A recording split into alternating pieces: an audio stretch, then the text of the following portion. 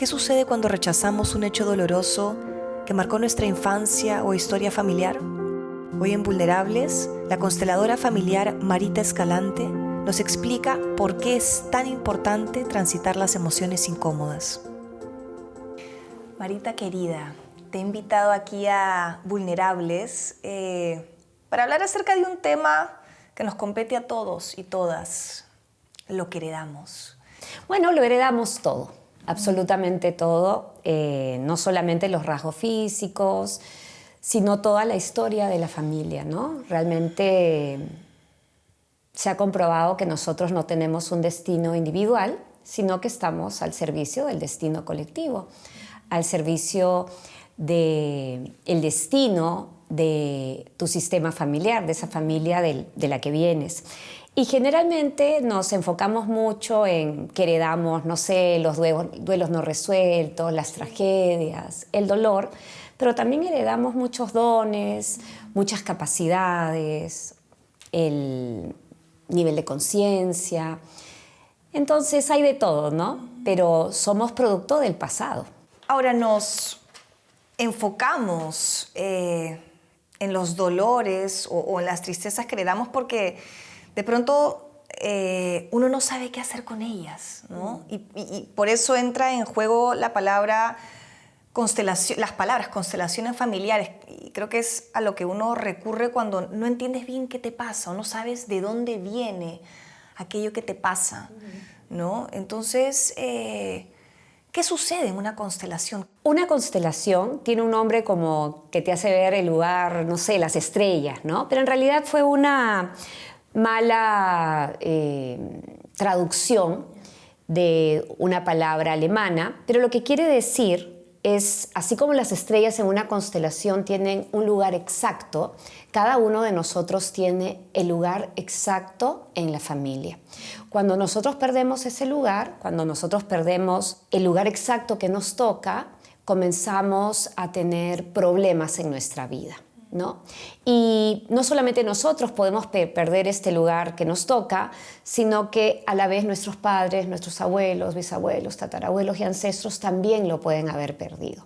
Por ejemplo, si yo soy la quinta hija de mi mamá y de mi papá, ¿qué hago ocupando el lugar del primer hijo, diciéndole a mis 4 hermanos cómo vivir su vida? Ahí pierdo mi lugar. En vez de ser la más pequeña, estoy tomando el lugar del mayor y diciéndole al resto cómo vivir. También puedo perder mi lugar si mamá fue huérfana. Desde muy temprana edad voy a sentir que yo soy como la mamá de mi mamá, ¿no? Entonces perdemos nuestra fuerza y entramos en muchos conflictos por no tener ese lugar exacto como las estrellitas en las constelaciones que forman, no sé, la constelación de Tauro, la constelación de Aries, etcétera, ¿no? ¿Y por qué pasa eso? O sea, tiene que haber algo en el sistema para que uno de alguna manera se sienta llamado a ser la hermana mayor. O sea, tiene que haber una suerte de desequilibrio, pienso yo, para que uno empiece a adoptar ciertas actitudes, o no necesariamente. O sea, ¿por qué sucede? No necesariamente, todo es por amor. Todos nosotros, todos los seres humanos, de los 0 a los 5 años, o mejor dicho, desde la pancita hasta los 5 años, vivimos la vida como si fuéramos mini dioses, ¿no? Tenemos este pensamiento fantástico en donde si mamá y papá se separan, ha sido mi culpa, o si mamá está esperando a otro bebito y yo estoy muy celoso y no sé, el bebito tuvo complicaciones en su nacimiento, es que yo no lo quería. Y esa forma de ver la vida en donde todo gira alrededor mío hace que yo pueda percibir a través de mi ADN toda la historia familiar. Y como este niño pequeñito tiene toda esa fuerza, todo ese amor, le dice: bisabuelo, como tú lo perdiste todo, yo como tú tampoco lograré nada. Y ahí se dan estas fidelidades o promesas desde ese amor arcaico, desde ese amor de un niño pequeño de 0, 1, 2, 3, 4, 5 años. Y lo que hacemos en una constelación es que hoy, aquí, ahora, en el presente, adultos, poder liberar esas promesas de cuando éramos muy pequeñitos y mirar el pasado desde el amor adulto, ¿no? Y el amor adulto es poder mirar al ancestro o al padre o al abuelo y decirle, veo tu dolor, veo tu historia, tú por ti y yo por mí. Ahora yo voy a vivir lo que me toca y en tu honor voy a aprovechar la vida. Porque ya se ha comprobado que ningún ancestro, ningún muerto necesita absolutamente nada de los vivos. Somos los vivos quienes nos unimos por ese amor arcaico a los destinos de los que ya no están. Entonces, tenemos nosotros que soltar esas promesas que hicimos muy pequeñitos. En todo nuestro ADN tenemos toda la historia familiar y vamos como a vibrar con todo lo no resuelto, ¿no? Hay una frase que dice, aquello que no resuelve una generación, la próxima la hereda. ¿Qué sucede cuando rechazamos a nuestros padres o a nuestros ancestros? ¿Qué pasa si uno viene de un lugar donde hay mucho dolor, si papá no te trató bien, mamá no te trató bien? ¿Qué pasa cuando no honramos el pasado? Por justas razones también, ¿no? A un nivel racional se entiende todo. ¿Qué pasa cuando hay ese no reconocer el pasado, cuando te aíslas, te vas, cuando no quieres aceptar lo que fue? El poder honrar a mamá y a papá, el poder reconocerlos, no tiene nada que ver con andar del brazo con ellos y decirles nos amamos, nos queremos y siempre vamos a estar juntos. No es eso, porque mamá y papá pueden ser personas también incompletas, personas también llenas de dolor. Nosotros en Constelaciones trabajamos con los hechos reales, nada más. No trabajamos con cómo debió de ser, cómo me hubiera gustado a mí que fuera, sino con la realidad. Un hombre, una mujer estuvieron juntos, tuvieron una relación sexual, hubo un salto cuántico y se generó algo nuevo. Ese nuevo somos nosotros, somos cada uno de los seres humanos del mundo. Todos los seres humanos del mundo, absolutamente todos, somos hijos. Algunos no serán padres, pero todos somos hijos. Y lo que tenemos que honrar y agradecer no son las personalidades de nuestros papás, no es que si ellos nos criaron bien, si estuvieron, si se fueron, sino ese hecho real. Si mamá y papá no hubieran tenido una relación sexual, yo no estaría acá. Y eso es lo que yo voy a honrar, lo que voy a agradecer. Y también es parte de lo misterioso, ¿no? De que lo único que este hombre imperfecto y esta mujer imperfecta tienen de maravilloso es que son nuestros padres. Nada más, porque tú no los escoges y ellos tampoco escogen ese hijo. Hay algo más grande, Dios, universo, energía, como tú quieras llamarlo, que elige a este hombre imperfecto con esta mujer imperfecta para darte juntos la vida. Y ya con el tiempo, cuando empiezas a vivir tu vida con las fuerzas del amor, con este pensamiento sistémico, puedes cada vez mirar tu historia, ir transformando el dolor en un propósito, ¿no? Pero lleva tiempo como cada proceso, ¿no? Si yo rechazo a mis padres de plano, me estoy rechazando a mí mismo. Soy 50% mamá, soy 50% papá. Entonces, si estoy peleado con ellos a muerte, estoy peleada conmigo.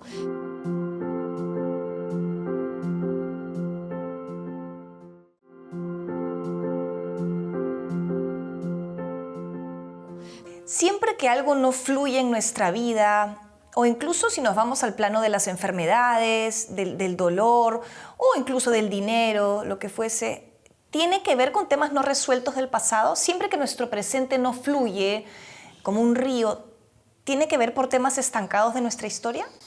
Desde la mirada de las constelaciones, sí, porque todo es energía y el cotidiano nos va a mostrar en conflictos, en problemas, en cosas que salen mal, una oportunidad para poder soltar el pasado. Como te dije al inicio, no tenemos destino individual, o sea, yo no decido nada.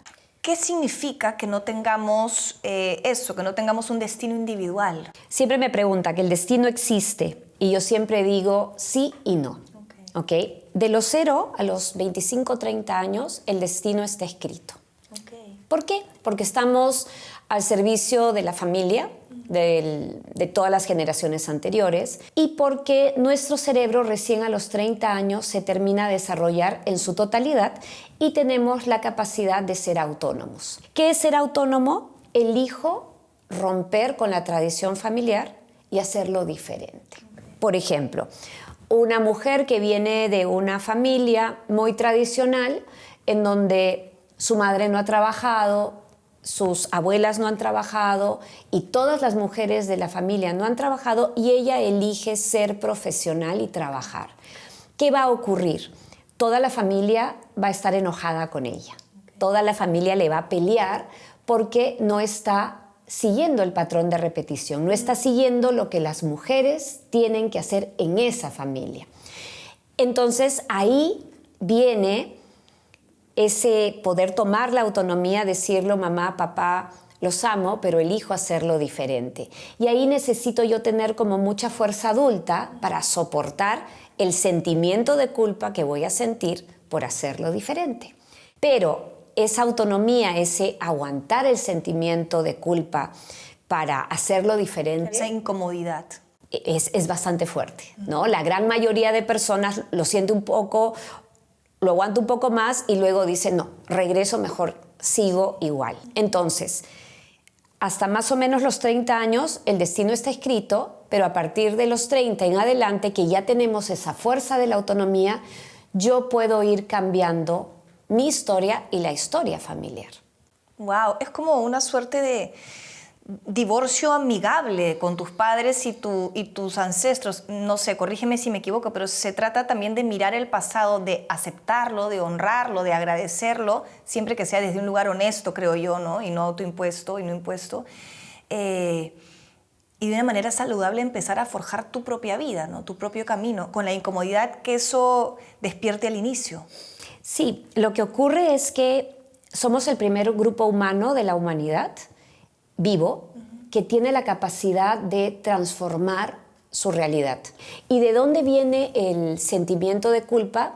Viene de nuestro cerebro reptiliano, de cuando vivíamos en tribus, cuando habían animales gigantescos y teníamos que estar cohesionados para sobrevivir, ¿no? Esas tribus pasan a ser hoy día las familias, pero todavía en nuestro cerebro más instintivo creemos que debemos seguir cohesionados, debemos repetir todo lo que ha ocurrido en el pasado, porque hacer algo nuevo es dejar la tribu y es peligroso.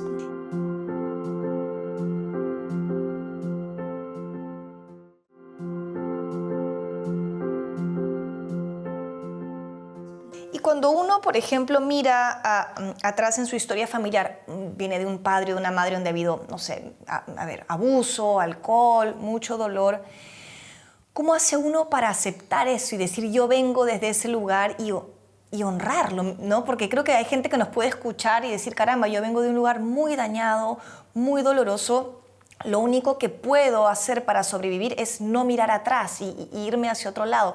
¿Eso está bien a un nivel sistémico? ¿Eso va a generar nuevos patrones de repetición? ¿Qué hacer en esos casos? Sí, si yo no quiero ver, si me quiero escapar, si quiero negar lo ocurrido, lo voy a repetir, ¿no? Porque cuando yo rechazo algo, hay la tendencia a repetirlo. Entonces, yo tendría que voltear a ver a mi infancia, ver el daño que mamá o papá me hicieron, o ver el daño que hizo el alcoholismo en la familia, o el abuso, o lo que fuera.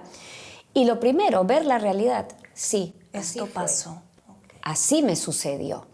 Y si utilizas la herramienta de las constelaciones, despliegas la constelación y va a salir todo ese daño que se ha vivido, viene de un dolor. Y ya nuestra mirada no va a ser una mirada juzgadora o una mirada con venganza, sino va a ser una mirada compasiva porque nos vamos a dar cuenta cuánto dolor en mamá, cuánto dolor en papá no podían ser de otra manera. Ellos también fueron víctimas.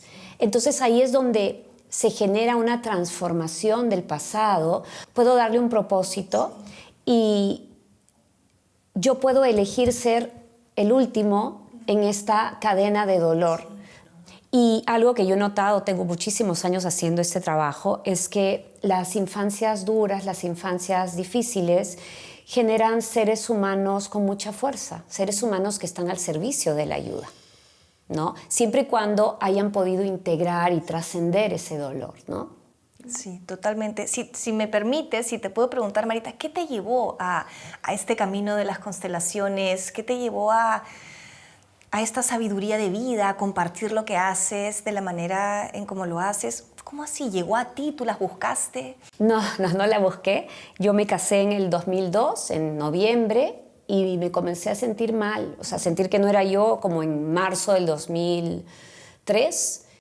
Pero todo es destino, ¿no? Una de mis mejores amigas del cole me dijo, oye, yo estoy con una psicóloga maravillosa, ella hace ontoterapia, tiene que ver con una mirada hacia el alma, y a mí todavía me había gustado eso. Y comencé a ir y me dijo que estaba pésima. De ahí me llevaron al psiquiatra, me medicó 4 meses y al 5.º mes que fui me dijo, no, mira, eres muy jovencita, no quiero que tomes medicación, te voy a dar flores de Bach. Me podía reír yo porque yo soy bien aterrizada, o sea, yo no creo con facilidad las cosas. Pero le tenía Leila a la doctora, comencé a tomar y en un mes me sané, o sea, me sentí 1000 veces mejor que la medicación. O sea, había mejorado, pero sentía mal. ¿Qué tenía yo? Tenía una tristeza terrible. Era como si tuviera una depresión tremenda, sin dejar de hacer mis cosas, pero todo el día quería llorar. Y en noviembre del 2005, un fin de semana que estaba sola, mi esposo trabajaba 20 días en Colombia, 10 días en Lima, mi mamá creo que había viajado, iba a estar sola. Fernando me dice, ¿qué vas a hacer este fin de semana? Y yo me quejé seguramente, ay, no tengo nada que hacer. Y me dio un folleto y me dijo, matricúlate. El folleto decía constelaciones familiares. Bueno, llegué, era un sábado y un domingo, llegué el sábado, comenzó este asunto, habían como 200 personas, eran 2 alemanas. Comenzó este asunto, se me pararon los pelos, dije, Dios mío, esto es una secta, acá todos están pagados. Uno lloraba por aquí, el otro se tiraba al piso por allá, porque eran las tradicionales, las anteriores, que eran como que con mucho más dramatismo, ¿no? Me tengo que ir, no aguanto esto, me voy. Entonces dije, bueno, en el break me voy. Y una chica salió a trabajar algo con su papá y esa chica me escogió. Entonces yo dije, se les cayó el numerito porque yo me voy a parar y no voy a sentir nada, todo esto es un engaño. Y sin embargo me paré, pasaron creo 3 segundos y yo lloraba con un dolor, miraba al papá y lo detestaba. Y según la chica, no me acuerdo muy bien porque lo que recuerdo más son las emociones, según la chica iba diciendo algo, yo me fui reincorporando, dejé de llorar, comencé a sentir amor por el papá, nos abrazamos, acabó esa constelación y me quedé impactada. Porque no era ya creer si no lo había experimentado, ¿no? Y el día domingo preguntaron otra vez quién quiere constelar, levanté la mano, me escogieron y le dije, bueno, yo me casé, pasaron 3 meses y ya son 3 años que lloro y no tengo motivos para llorar, mi vida es linda. Y una de las alemanas me dijo, bueno, es que eso no es tuyo, eso es de tu mamá o de tu papá y tú lo llevas por amor. Y me preguntó si a mamá o a papá se le había muerto alguien cuando había sido chico. Yo en ese momento le dije que no.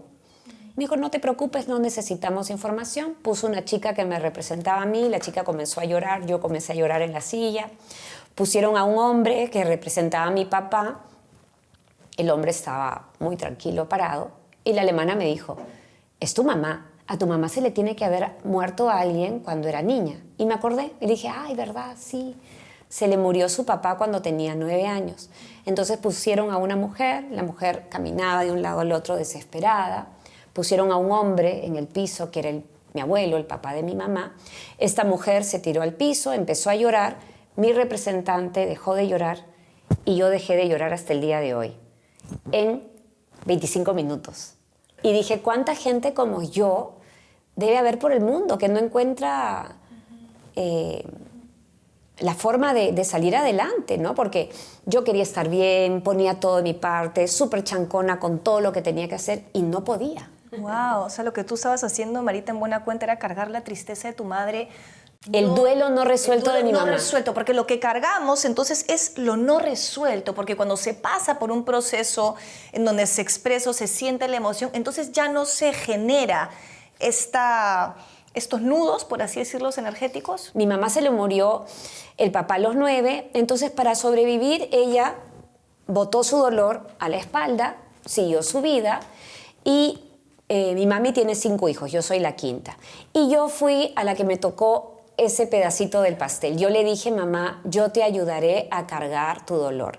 Y estos conflictos, o sea, esto que llevamos por amor, tiene un conflicto programante. Yo lo debo haber programado entre la pancita y mis 5 años, y tiene el conflicto desencadenante. Al casarme, yo por primera vez en mi vida me mudé a vivir sola, dejé a mi mamá, cambié de vida, por decirlo de alguna manera, y eso desencadenó ya el dolor, pero ya como síntoma. En el momento en que yo miré a la representante de mi mamá, le dije, mamá, te devuelvo, tu dolor es tuyo y a ti te engrandece, nunca más lloré.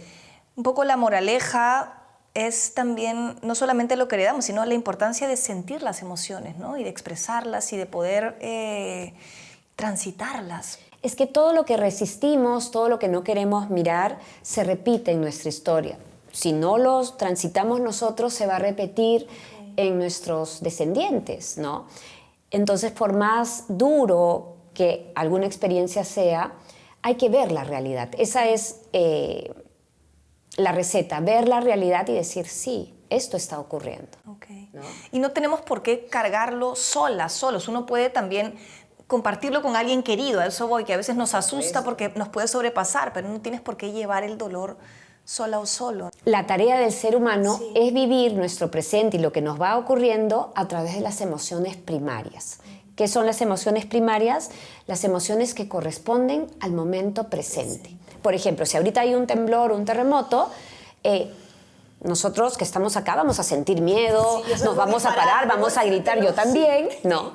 Imagínate que yo me pare y diga, tranquilos, no pasa nada, vamos a respirar y vamos a ver qué pase. O sea, eso no es una emoción primaria. Estoy tratando de ocultar ese miedo con, no sé, tranquilidad, soy una persona súper controlada. Y la emoción primaria es la exacta para el momento presente. Si hay un temblor o un terremoto, yo tengo que correr para salvar mi vida. Entonces corro, siento el miedo, eso me permite sobrevivir. Y después que pasó el temblor, mi cuerpo está totalmente relajado porque viví la emoción. Pero si yo comienzo a decir, no, tranquilos, ay, qué horror, cómo se desesperan, tranqui, no pasa nada, como los que están a veces narrando las noticias y tienen que decir tranquilos, tranquilos, y en verdad tienen un montón de miedo, ¿no? ¿Qué pasa? Mi cuerpo se queda con esa emoción no vivida, con un estrés tremendo, y puedo tener en la noche pesadillas, migrañas, una serie de síntomas hasta que yo pueda soltar esa emoción, que es más o menos el principio del trauma, ¿no? El trauma se queda alojado en el cuerpo porque no podemos vivir lo que hubiera querido vivir, ¿no? No sé, si aparece un león ahorita y yo lo que debería hacer es salir corriendo y no sé, me congelo del miedo y me quedo acá y vivo ese momento de congelamiento cuando debía haber corrido, eso se va a quedar como una impronta en mi cuerpo y me va a generar dolores, síntomas, etcétera, ¿no? Y nosotros como sociedad estamos acostumbrados a vivir el cotidiano con las emociones secundarias, ¿no? Micaela, las mujeres no lloran, viene el jefe de tu papá, no vayas a estar de... No me hagas escándalo. No me hagas escándalo, y no sé. Entonces te pones esta emoción para... No sé, es claro, encajar en lo que dice la sociedad y no vives tus emociones primarias. Y esas emociones secundarias son las que nos enferman, son las que hace que no podamos transitar los momentos dolorosos de la vida, porque, ojo, a nadie les gusta. Marita, qué interesante es escucharte. Yo te agradezco un montón que hagas esto, ¿no? Por ti, siempre uno, bueno, por uno, pero por la vida, por quienes estamos aquí también, impartir estos conocimientos, saber que esto existe y que está disponible para quien lo necesite, ¿no? Eso es valiosísimo y me quedo también con la importancia de sentir las emociones, por más dolorosas que sean, no tenemos por qué hacerlo solas, ¿no? Sentirlas, no necesariamente, sí, por los que están atrás, por los que se fueron, por nosotras mismas y también por los que vendrán, ¿no? Reconciliar es abrazar tu pasado y decirle sí, así fue, y que no me gobierne, sino que a partir de ello yo elijo hacerlo diferente.